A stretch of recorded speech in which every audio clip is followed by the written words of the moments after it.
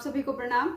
मैं हूं आचार्य दीपा और अपने YouTube चैनल पर आप सभी का बहुत बहुत स्वागत करती हूं। आज हम बात कर रहे हैं उनके बारे में जिनके दसम भाव में राहु विराजमान होते हैं। तो कैसे फल करते हैं राहु आपके दसम भाव में? दसम भाव आपका कर्म क्षेत्र होता है। इस पृथ्वी लोक में मनुष्यों के द्वारा मनुष्यों को जो भी प्राप्त होता है वो उनके कर्मों के द्वारा प्राप्त होता है। इस पृथ्वी पर सब कुछ मौजूद है। आपके कर्म अच्छे हैं, आप कर्मशील व्यक्ति हैं, तो आज नहीं तो कल आपको सब कुछ मिल जाता है। कर्म को के प्रति समर्पित होता है। कर्म करेंगे तो कर्म से कर्म मिलेगा, मतलब कर्म के प्रति समर्पित होता है। यदि कर्महीन हो व्यक्ति तो कुछ भी प्राप्त नहीं होता, क्योंकि भाग्य के सहारे इंसान को ज्यादा दूर तक नहीं चल सकता। कर्म उसको करने पड़ते हैं। हाँ, कर्म के साथ भाग्य भी साथ दे तो वो अलग बात है, लेकिन कर्म तो करने ही पड़ते हैं। दसम भाव जो होता है वो पिता का भी होता है। दसम भाव से पिता के संबंधों को भी देखा जाता है, पिता के साथ संबंधों को भी देखा जाता है। उच्च पद का भी दसम भाव होता है। राजयोग का, सरकार से लाभ का दसम भाव से ही विचार किया जाता है। दसम भाव राजनीति का भी होता है, नौकरी का होता है, व्यापार का होता है, कर्मठता का होता है। इन सभी चीजों को दसम भाव से देखा जाता है। लक्ष्य की प्राप्ति का भी दसम भाव होता है, अधिकार का भी दसम भाव होता है, मान सम्मान प्रतिष्ठा का भी दसम भाव होता है। तो इन सब चीजों को दसम भाव से देखा जाता है। आज हम बात कर रहे हैं जब राहु देव दसम भाव में होते हैं, जब राहु दसम भाव में बैठते हैं तो कैसे फल करते हैं, इस बारे में हम बात करेंगे। 10वें भाव में जो राहु हैं व्यक्ति को अति श्रेष्ठ फल प्रदान करते हैं। वो कैसे करते हैं वो हम आगे आगे देख ही लेंगे कि कैसे करते हैं। दसम का राहु व्यक्ति को सोशल वर्क हो, राजनीति हो, पीडब्ल्यूडी हो, एनजीओ हो, इन चीजों से जोड़ता भी है और इन चीजों से बहुत अधिक लाभ भी प्राप्त करवाता है। सरकार से दसम भाव के जो राहु होते हैं वो सरकार से भी जोड़ते हैं और सरकार से भी लाभ प्राप्त करवाते हैं। दसम में बैठकर राहु राजयोग का निर्माण करते हैं। दसम का जो राहु होते हैं व्यक्ति को उन्नति की ओर अग्रसर करते हैं, पर पारिवारिक सुख थोड़ा सा कम कर देते हैं, क्योंकि वो उन्नति की तरफ उनका ध्यान ज्यादा होता है, पैसे कमाने की तरफ उनका ध्यान ज्यादा होता है, तो परिवार से थोड़ा सा वो मुंह मोड़ लेते हैं। परिवार का सुख उनके जीवन में थोड़ा सा कम हो जाता है। राहु देखिए छाया ग्रह हैं, उनके अपनी कोई राशि नहीं होती है। वो जिस भी ग्रह के साथ बैठते हैं या जिस भी राशि में बैठते हैं उसी के अनुकूल काम करते हैं, उसी के अनुरूप वो काम करते हैं। लेकिन दसम में राहु बहुत शुभ प्रभावों को बढ़ाने का कार्य करते हैं। कलयुग में कितने लोग हैं जो ईमानदारी से काम कर रहे हैं? बताइए, अपने कर्म क्षेत्र पर कितने लोग करते हैं? सभी लोग बहुत चालाकियों से भरे काम करते हैं। हाँ, ऐसा नहीं है, सभी कुछ लोग थोड़े से बिल्कुल स्ट्रेट होते हैं, बिल्कुल इधर उधर नहीं, अपने काम जैसे हो रहे हैं ठीक है सब भाग्य पर छोड़ देते हैं। लेकिन कितने लोग हैं ऐसे? तो मोस्टली लोग मतलब बहुत ज्यादा दिमाग लगाकर ही काम करते हैं, उनका साथ राहु बहुत देते हैं। जिनके दसम में राहु होते हैं वो लोग कैसे ना कैसे करके अपने काम दूसरों से निकलवाने में बहुत निपुण होते हैं, बहुत। वर्तमान में यदि किसी के दसम में राहु हो तो इसको अच्छा समझा जाता है। यदि किसी अन्य ज्योतिष की भी बातें सुने, अन्य ज्योतिषी की भी बातें सुने, तो कोई भी राहु को दसम भाव में पूरी तरह से खराब कभी भी नहीं बताता है, कभी भी खराब फल देने वाला नहीं बताता है। राहु दसम में कहीं ना कहीं व्यक्ति को मेहनती और पराक्रमी बनाकर, बहुत मेहनती और पराक्रमी बनाकर व्यक्ति को सफलता की ओर ले जाते हैं। ये काम राहु करते हैं दसम में बैठकर। अब ये भी देख लें कि दसम के राहु जिस भी ग्रह की राशि में है, मतलब किस ग्रह की राशि में, क्या वो बलवान स्थिति में बैठा हुआ है? यदि दसम का मालिक तिक भाव में बैठ गया, मतलब दसम का जो स्वामी है, दसम भाव का स्वामी है, वो 6, 8, 12 में बैठ गया, तो ऐसा व्यक्ति खुद के फायदे के लिए दूसरों को नुकसान पहुंचाने वाला होता है, अपने फायदे के लिए। इसीलिए इसको व्यक्ति को, मतलब इस दसम के राहु को व्यक्ति के पतन का कारण भी माना जाता है। जब वो दूसरों को नुकसान पहुंचाकर अपना फायदा करने लगता है तो उसके पतन का भी इसी को कारण माना जाता है। लेकिन वर्तमान समय में तो सब यही कर रहे हैं। क्या कर रहे हैं कि दूसरों को नुकसान पहुंचाकर अपना फायदा कर रहे हैं, दूसरों से अपने काम निकलवा रहे हैं। तो ये अधिकतर वर्तमान समय में कलयुग में यही हो रहा है। तो कलयुग में तो ऐसा दशम भाव के राहु को अगर हैं तो अच्छा ही माना जाता है। कलयुग में अचानक फर्श से जो अर्श पर ले जाए, इसी को ले जाने का काम राहु करते हैं दशम भाव में बैठकर। एक जमीन से आसमान तक इंसान को पहुंचा सकते हैं, इतनी ऊंचाइयों तक इंसान को पहुंचा सकते हैं, ये दशम भाव के राहु करते हैं। दशम में बैठा राहु व्यक्ति को अच्छे और बुरे दोनों प्रकार के कार्यों को करने में सक्षम बनाता है, दोनों प्रकार के कार्य करने में। ऐसा व्यक्ति साम दाम दंड भेद से अपने कार्य निकलवा ले जाता है जिनके दशम भाव में राहु होते हैं। राहु मायावी ग्रह है और कलयुग में माया को ही अधिक महत्व दिया जाता है। अधिक जो महत्व है वो किसी को ज्ञान को नहीं दिया जाता है, कलयुग में तो माया को ही अधिक महत्व दिया जाता है। और राहु मायावी ग्रह है, वैसे भी राहु को कलयुग का राजा बताया जाता है। जिनके दशम में राहु होते हैं ऐसे लोग हमेशा जल्दी बहुत जल्दी मचाते हैं, मुझे प्रसिद्ध होना है, मुझे ऊंचाइयों को छूना है। ऐसे लोग हमेशा ही ये चाहते हैं कि लोग मुझे मेरे रुतबे से और मेरे पैसे से पहचाने, मेरे ज्ञान से नहीं, मेरे रुतबे से और मेरे पैसे से मुझे पहचाने। इन लोगों को कुछ इन लोगों में जो होते हैं गुण भी कुछ असाधारण होते हैं। असाधारण ऐसा नहीं, ये लोग गुण ऐसे जो बहुत कम लोगों में होते हैं, मतलब सामान्य लोगों में ऐसे गुण आपको देखने को नहीं मिलेंगे। ऐसे लोग मतलब बहुत ही अलग तरह का टेक्निक होती है इनकी काम करने की, काम निकालने की, मतलब बहुत अलग तरीके के गुण इनमें होते हैं।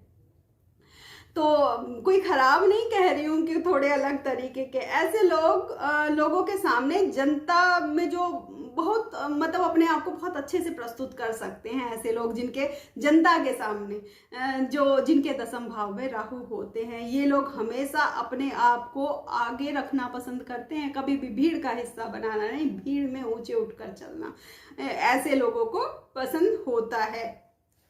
ऐसा व्यक्ति आर्टिस्टिक नेचर के भी होते हैं जिनके दशम भाव में राहु होते हैं। दशम के राहु को यदि केंद्र या त्रिकोण का सपोर्ट मिल जाए, मतलब केंद्र में तो वो बैठे हुए दशम भाव में, अब दशम भाव में वो जो केंद्र के स्वामी हैं अगर वो केंद्र में विराजमान है या त्रिकोण में, उनका सपोर्ट उनको मिल जाए तो और राहु की दशा भी यहाँ पर चल जाए तो उस समय तो उस टाइम होता है जो सही उपलब्धि हासिल करने का होता है। उस समय में व्यक्ति को बहुत ऊंचाइयां मिलती है। यदि आप बुध शुक्र शनि इनके लग्नों के जातक हैं तो दशम का राहु आपको श्रेष्ठ फल देता है। जिनके दशम में राहु होते हैं उन्हें देश विदेश से जुड़े कार्य करने के अवसर बहुत प्राप्त होते हैं, मतलब इंपोर्ट एक्सपोर्ट हो या कुछ और भी हो, देश विदेश से जुड़कर काम करने के लिए राहु इनको प्रेरित करते हैं। ऐसे लोगों को सलाह भी दी जाती है कि उनको घर से थोड़ा सा दूर रहकर ही अपना कार्य क्षेत्र शुरू करना चाहिए, अपना कार्य बढ़ाना चाहिए। जिनके दशम भाव में राहु होते हैं मातृभूमि से थोड़ा दूर रहकर काम इनको करना चाहिए। दशम में राहु जिनकी राशि में होते हैं, यदि वह नीच राशि में हो, शत्रु राशि में बैठे हो तो राहु उतने अच्छे फल नहीं करते हैं। जिनकी राशि में राहु यहाँ विराजमान है, सपोज मैं एग्जाम्पल दे रही हूँ, सपोज कीजिए यहाँ मीन राशि में राहु बैठे हैं और मीन जो गुरु है वो मकर में बैठ जाए या फिर वो त्रिक भाव में बैठ जाए, तो इस तरह से फिर वो अच्छे फल नहीं करते हैं। यदि राहु दशम भाव में है और दशम का स्वामी उच्च स्थिति में बैठा हुआ है तो ऐसे व्यक्ति को विश्व स्तरीय ऊंचाइयां उपलब्धियां राहु दिलवा देते हैं। यदि राहु लग्न या पंचम के स्वामी की युति में है तो बहुत ही श्रेष्ठ कर फल करते हैं। ये राहु के जब आप कुंडली देख रहे हैं तो ये राहु के बारे में आपको देख लेना चाहिए। तो दशम में राहु खराब नहीं होते हैं बिल्कुल भी, बस यहाँ इनकी स्थिति क्या है ये देखना पड़ता है कि राहु किस स्थिति में यहाँ बैठे हुए हैं। दशम के राहु को देखने के लिए हमेशा दो ग्रहों को और भी देखना चाहिए। सबसे पहले तो मैं बता दूं शनि को भी देखना चाहिए। जिनके दशम में गुरु बैठे हैं उनको देखना चाहिए कि शनि कुंडली में कमजोर अवस्था में तो नहीं बैठे हैं, बलहीन अवस्था में तो नहीं बैठे हैं, नीच राशि में या शत्रु राशि में इस तरह से तो नहीं बैठे हैं, तो ये देख लेना चाहिए। आप सोच रहे होंगे शनि को क्योंकि काल पुरुष कुंडली के अनुसार 10वें भाव में मकर राशि आती है और मकर राशि के स्वामी शनि माने जाते हैं। तो शनि को भी यहाँ बलवान होना चाहिए। अगर आपके शनि भी बलवान हैं तो फिर तो राहु और अच्छे रिजल्ट देंगे। राहु से अच्छे रिजल्ट लेने के लिए हमेशा आपको धार्मिकता से, स्पिरिचुअलिटी से जुड़े रहना चाहिए। राहु के लिए 9वें भाव को नहीं छोड़ना चाहिए। 9वां भाव क्यों, मतलब 9वां भाव धर्म को नहीं छोड़ना चाहिए। धर्म को छोड़ा तो कर्म छूट जाएगा, क्योंकि धर्म है 9वां और कर्म है 10वां। तो धर्म को छोड़ा तो कर्म छूट जाएगा। तो यहाँ से राहु से अच्छे रिजल्ट लेने हैं तो धर्म को नहीं छोड़ना है, 9वें भाव का साथ नहीं छोड़ना है आपको।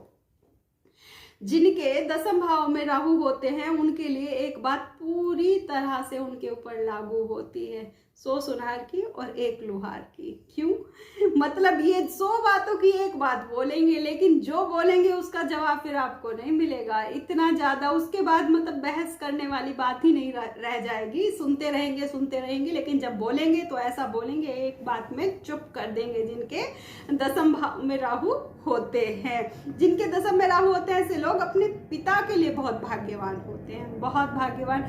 जिनकी कुंडली में हो वो देख सकते हैं, वो अपने पिता के लिए बहुत भाग्यवान होते हैं। अगर उनके पिता उनके पैदा होने से पहले बहुत दयनीय स्थिति में थे, अपने सरवाइव कर रहे थे बहुत ज़्यादा, तो आपके जन्म के बाद में उनकी स्थिति बहुत संभली होगी। जिनके 10वें में राहु होते हैं, ये लोग खर्च बहुत करते हैं जिनके 10वें भाव में राहु होते हैं, लेकिन हमेशा ही जीवन को सुधारने के लिए, जीवन शैली को सुधारने के लिए खर्च करते हैं। जिनके 10वें भाव में राहु होते हैं, जिनके 10वें में राहु होते हैं, ऐसे लोग कई लोगों को आपने देखा होगा अपने आसपास, या आप जानते हो, या अपने घर परिवार में भी होते हैं। बार बार अपना कार्य बहुत बदलते हैं, ये बहुत बदलते रहते हैं, मतलब दिखाते रहते हैं, मतलब मेरा मन नहीं लग रहा, तो अपना कार्य बदलते रहते हैं, टिकते नहीं है एक जगह पर। कई बार बहुत टाइम बाद जाकर ये मतलब एडजस्ट होते हैं किसी काम में। पहले तो बहुत अपने कार्य क्षेत्र को बदलते हैं। ये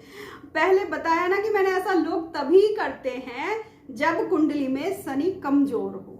मैं ऊपर भी बता चुकी हूँ कि यहाँ से राहु से अच्छे रिजल्ट लेने के लिए शनि को मजबूत होना बहुत ज़रूरी है। तो ऐसा लोग तब करते हैं जब कुंडली में शनि कमजोर हो। ऐसे लोगों की मूड स्विंग्स भी बहुत होते हैं, हर छोटी छोटी बात पे मूड चेंज करके बैठ जाते हैं, हर छोटी छोटी बात में इनके मूड स्विंग्स हो जाते हैं। जिनके 10वें भाव में राहु होते हैं, ऐसे लोग अपने ऑफिस, अपने परिवार या अपने आसपास लोगों को ना रूल करना उनके ऊपर स्टार्ट कर देते हैं। लोगों को मतलब बाउंड करना स्टार्ट कर देते हैं, अपने आसपास के लोगों को कंट्रोल करना स्टार्ट कर देते हैं। ऐसे लोगों से फिर लोग दूर दूर भागने लगते हैं। वो तो सामान्य बात है। अगर आपको कोई कंट्रोल करने लगे तो क्यों किसी के कंट्रोल में रहेंगे, सबको आज़ादी चाहिए। तो ऐसे लोगों से फिर लोग दूर दूर भागते हैं, क्योंकि टोका टाकी बहुत ज़्यादा करते हैं ये लोग जिनके 10वें भाव में राहु होते हैं। 10वें के राहु से यदि आप अच्छे परिणाम लेना चाहते हैं तो उसके लिए कुछ मैं खास टिप्स बता रही हूँ, आप इम्प्लीमेंट कर सकते हैं उनको, तो उससे और ज़्यादा अच्छे रिजल्ट आपको मिलेंगे। सबसे पहले मैंने अभी आपको बताया था कि 9वें भाव का साथ आपको नहीं छोड़ना है, यानी कि धर्म का साथ नहीं छोड़ना है, तो कर्म का सहयोग, आपको कर्म का रिजल्ट आपको मिलता रहेगा। धर्म का साथ नहीं छोड़ेंगे तो कर्म का जो निचोड़ है वो आपको मिलता रहेगा। तो धार्मिक कार्यों से, धर्म कर्म के कार्यों से आप जुड़े रहें। दूसरा, शनि को मजबूत करना है। कैसे कर सकते हैं? शनि का मजबूत होना बहुत जरूरी है। देखिए, जो बर्थ चार्ट में है, हो सकता है कि नीच राशि में बैठे हो, शत्रु राशि में बैठे हो, त्रिक भाव में बैठे हो, ऐसा भी हो सकता है। तो हम कैसे, वो तो हमारे हाथ में नहीं है, लेकिन हम कुछ रेमेडीज करके शनि को मजबूत कर सकते हैं। आपको यहाँ पर सात्विक बनना पड़ेगा। आपको यहाँ पर मांस मदिरा का सेवन करना, जो आप करते हैं वो छोड़ना पड़ेगा। आपको एडिक्ट नहीं बनना है, आपको साधारण जीवन बिताना पड़ेगा यदि आप राहु से अच्छे रिजल्ट लेना चाहते हैं। अपने ऑफिस में, अपने घर में, अपने आसपास जो भी आपके लिए कोई लेबर वर्क काम करती है, उनको कभी भी उनके पैसे आपको नहीं रखने चाहिए, उनसे कभी भी बार्गेनिंग नहीं करनी चाहिए। उनकी मेहनत का उनको पूरा आपको देना चाहिए। यदि आप राहु से, शनि को मजबूत करना है और राहु से अच्छे रिजल्ट लेने हैं, उनके साथ थोड़ा सा उनकी कभी कभी आप उनके लिए अलग से हेल्प कर दें, उनके लिए कभी कभी चाय नाश्ते का इंतजाम कर दें, उनके साथ कभी बैठकर आपको भी कभी कभी टाइम बिताना चाहिए, उनके मन दुख की सुननी चाहिए जो आपके आसपास लेबर काम करती हो, आपके लिए काम करती हो। बीच बीच में उन्हें कुछ ना कुछ दान देते रहे, उनके जीवन शैली को सुधारने की कोशिश करें जिनके मतलब शनि कमजोर हैं। आपको एक और काम करना है। आपको मैंने बताया ना कि 2 ग्रहों का मजबूत होना जरूरी है, तो दूसरे ग्रह होते हैं मंगल। राहु को कंट्रोल करने के लिए मंगल का सपोर्ट होना भी जरूरी होता है। तो मंगल को सही रखने के लिए आपको अपने भाइयों से कभी भी मनमुटाव नहीं करना चाहिए। अपने भाइयों से हमेशा ही आपको संबंध मधुर बनाए रखने चाहिए। अगर आपको राहु से अच्छे रिजल्ट लेने हैं, एक और रेमेडी करनी है। एक स्क्वायर चांदी की एक डिबिया ले लेनी है। एक डिब्बी मिल जाती है चांदी की, आप जाएंगे किसी भी गोल्ड ज्वेलरी स्टोर पर, वहां पर मिल जाएगी। चांदी की स्क्वायर लेनी है, उसमें हनी भरकर आपको अपने वर्क प्लेस पर रख देना है। यदि आप वर्क फ्रॉम होम करते हैं तो आप अपने डेस्क पर रख लीजिए। यदि आप ऑफिस आपका अलग है, घर अलग है, तो घर में भी रखिए और ऑफिस में भी रखिए। बीच बीच में उसका 10, 15, 20 या 2-3 महीने बाद जब भी आपको लगे तो उसका जो हनी है आप चेंज करते रहिए, वॉश कीजिए, उसको दोबारा रिफिल कर दीजिए। तो ये आपको करना है। आपको गुड़ वाली शक्कर होती है ना, गुड़ वाला पाउडर होता है, उसको भी शक्कर बोलते हैं, तो गुड़ वाली शक्कर जो धार्मिक स्थलों पर दान करते रहना चाहिए बीच बीच में जब भी आपका मौका लगे। इसे आप कीजिए मंगलवार के दिन। अगर आप कर रहे हैं कुछ भी मीठा तो मंगलवार के दिन आप मंदिर में दान कीजिए, ये बहुत अच्छा होता है। हनुमान मंदिर में करेंगे तो बहुत ही ज़्यादा शुभ होगा। तो ये ऐसे हम दशम के राहु से अच्छे रिजल्ट ले सकते हैं। यदि आपको मेरा वीडियो अच्छा लगा हो तो प्लीज़ वीडियो को लाइक कर दीजिए। मेरा चैनल अभी नया है, ग्रो कर रहा है, तो प्लीज़ चैनल को सब्सक्राइब कर दीजिए। और मैंने अन्य ग्रहों के वीडियोस बनाकर भी अपलोड कर दिए हैं, जिसके जिस भी भाव में जो भी ग्रह हैं उन्हें भी आप देख सकते हैं। और वीडियो देखने के लिए आप सभी का बहुत बहुत धन्यवाद।